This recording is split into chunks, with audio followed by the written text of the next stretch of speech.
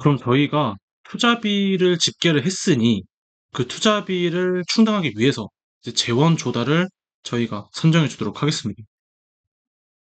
자, 그래서 재원 조달을 고려를 할 때, 재원 조달을 하면 즉 에쿼티와 뎁, 차입금이 되겠죠. 자, 근데 이제 저희가 이제 부동산 금융이 이제 기업 금융과 이제 재원 조달할 때 가장 큰 차이점은 뭐냐면 이 타인 자본, 이 타인 자본에 이제 이 대주들, 금융기관 차입금 외에 임대보증금이 타인 자본으로 고려가 되는 것입니다. 자, 이렇게 될 수밖에 없는 게 뭐냐면, 자, 부동산 실물을 매입을 할 때 그 부동산에는 이미 임차인들이 있다라는 거죠. 그럼 그 임차인들은 그 전 매도자한테 임대보증금을 넣었을 거예요. 자, 그러면 우리가 그 부동산을 매도자로부터 매입을 하면, 우린 매도자로부터 그 임대보증금을 승계, 즉, 이 임대보증금을 승계하게 되는데, 승계하면서 우리가 앞서 선정한 이 부동산 매입 금액을 이제 부동산 총 투자비를 조달하기 위한 이제 사용 재원으로 활용이 된다는 거죠. 이해되셨나요?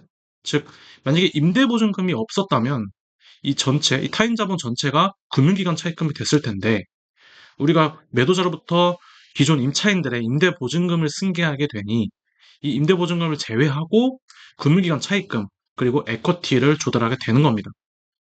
자, 근데 이제 저희가 지금 부동산 펀드를 가정을 했는데, 부동산 펀드 같은 경우에는 이 에쿼티에 어떻게 보죠? 일종 수익자, 그 다음에 이종 수익자가 오게 됩니다. 자, 근데 우리는 이제 인문반이기도 하고 논의의 단순화를 위해서 그냥 단일 일종, 이종 구별 없이 그 다음에 단일 투자자라고 가정을 하겠습니다. 자, 이제 여기에 이제 일종, 이종이 오는데, 원래는 이제 일종 같은 경우에는 일단 예를 들어서 최소 보장 분배율, 이제 6%, 가령 예를 들면 6%만큼 이거 금액을, 에쿼티를 넣어주면 우리가 매년 6%만큼의 분배금을 우리가 보장할게 라고 일종들을 모셔오고, 이제 후순위로 받게 되는 이종한테는 그 나머지를 이제 분배하게 되는 이 일종, 이종의 구민 구조를 짜게 돼 있습니다. 이거는 마치 이제 리츠나 PFV, 이제 일반 SPC 같은 경우에 우선주, 그다음에 보통주가 오는 것과 동일합니다. 이제 펀드가 펀드라서 이제 이게 이름이 1종, 2종으로 바뀐 거고요. 우리는 논의 단순화를 위해서 단일 투자자가 에쿼티 전액을 이제 투입하는 걸로 가정을 하겠습니다. 그러면 저희는 이제 순서를 타인 자본을 먼저 장기 차입금을 조달을 하고 그 나머지를 총 투자비에서 이 타인 자본을 제외한 나머지를 에쿼티, 자기 자본으로 조달하는 것으로 저희는 순서를 그렇게 조달하도록 할 텐데요. 그러니까 금융기관을 차입을 할 때 보통은 저희가 아까도 잠깐 말씀드렸다시피 이 부동산 실물 이제 금융에 있어서는 그 매입하게 되는 부동산 담보로 차입을 하게 돼 있어요. 즉, 담보 차입금을 조달하게 돼 있는데요. 이제 그 담보 차입이라는 걸 할 때 그 담보 대상 금액의 몇 퍼센트, 이게 이제 LTV라고 해서 론 투 밸류, 담보물, 그리고 금융 차입금, 론 투 밸류.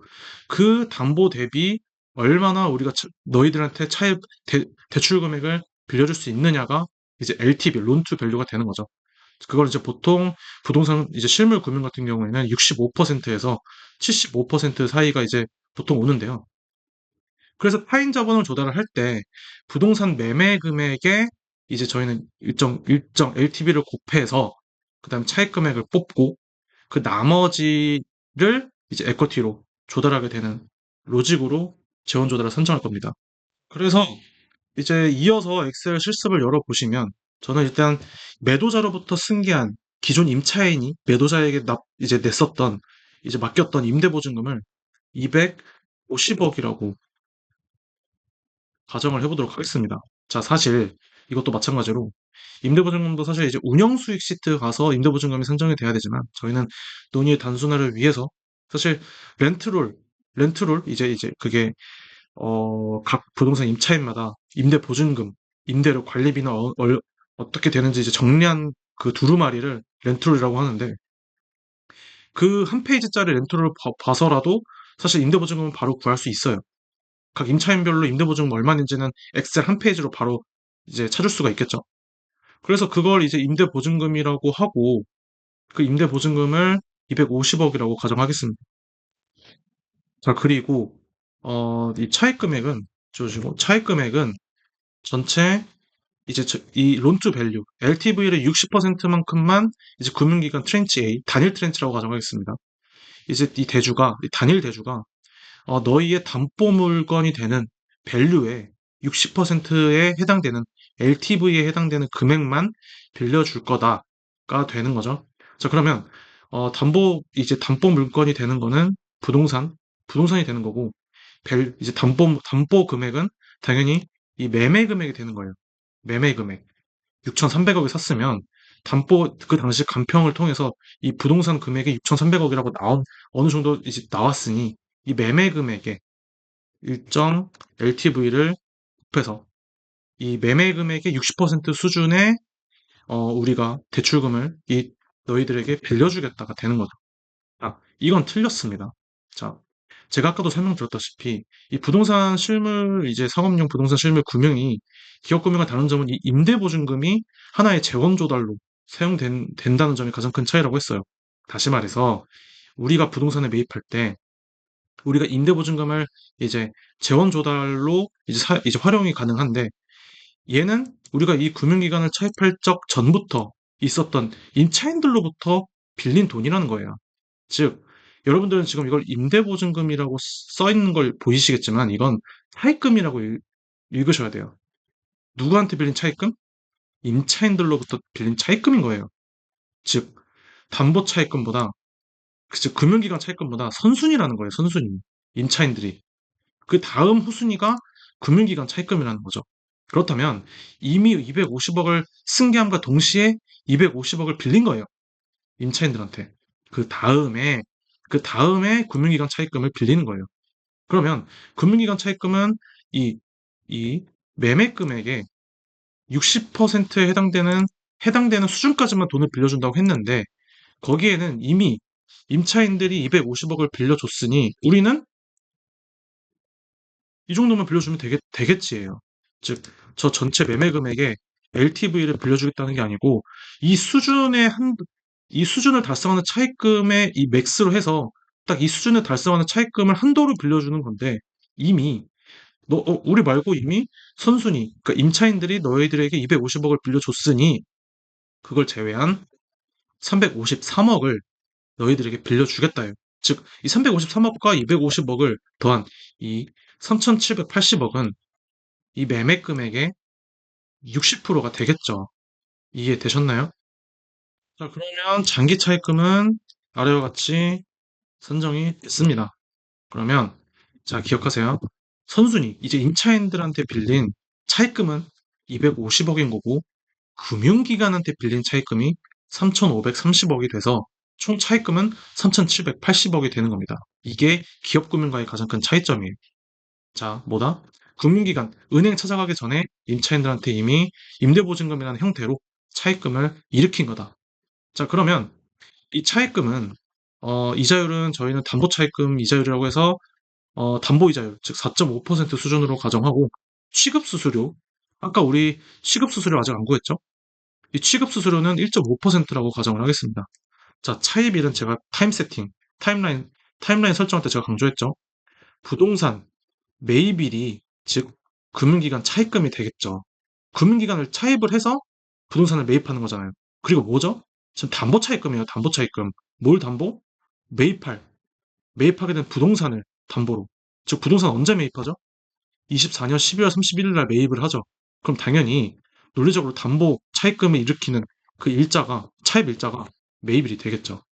동시에 이 담보되는 부동산을 매각하면 그 매각 금액으로 금융기관 차입금을 상환을 하겠죠. 즉, 운용 종료 일자, 자산 매각 일자가 금융기관 상환 일자라고 가정을 하게 되는 겁니다. 다 외우는 게 아니라, 다 외우는 게 아니라 이유가 있는 거예요. 이유가 있는 겁니다. 이게 타임 세팅이에요. 이해되셨나요? 자, 그러면 취급 수수료는 우리가 아까 구해주지 않았기 때문에, 어딨죠? 이제 드디어 금융기관 차입금이 나왔고, 여기에 1.5%가 앞단에서 대주가 받아가는 취급 수수료가 되겠죠. 이해되셨나요?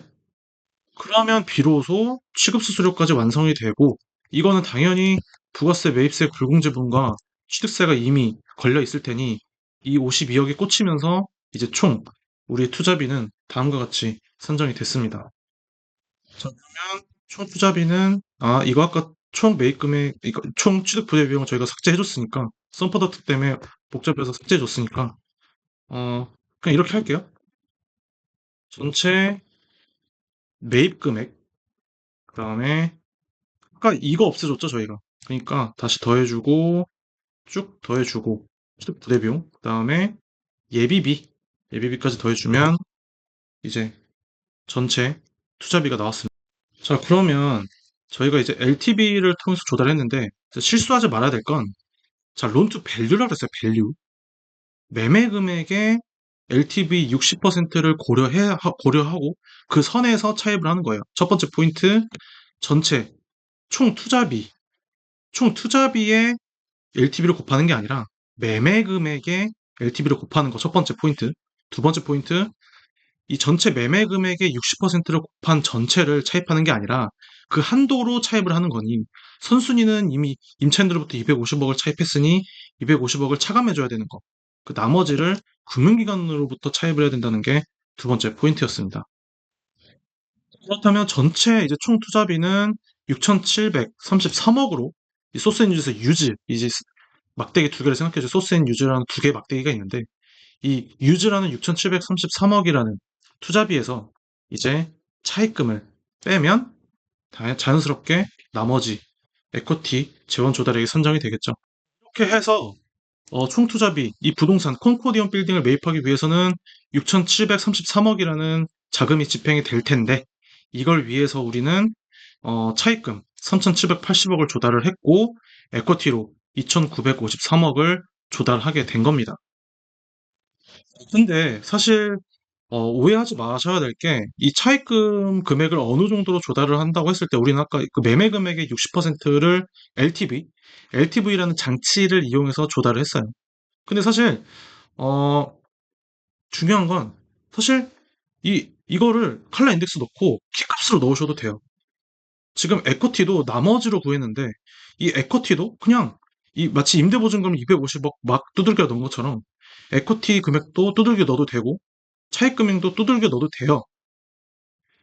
이 방법은 두 가지인 거예요. 그래서 차입금을 조달할 때 매매 금액의 일정 LTV를 곱해서 구하는 방법, 그리고 그 나머지를 에쿼티로 그냥 조달하는 방법이 첫 번째. 이게 재원 조달 구현 방법 첫 번째죠. 두 번째처럼 이런 LTV를 사용하는 로직을 쓰지 않고 그냥 에쿼티도 임대보증금처럼 일정 금액, 차입금도 그 일정 금액을 넣으시면 되는 거예요.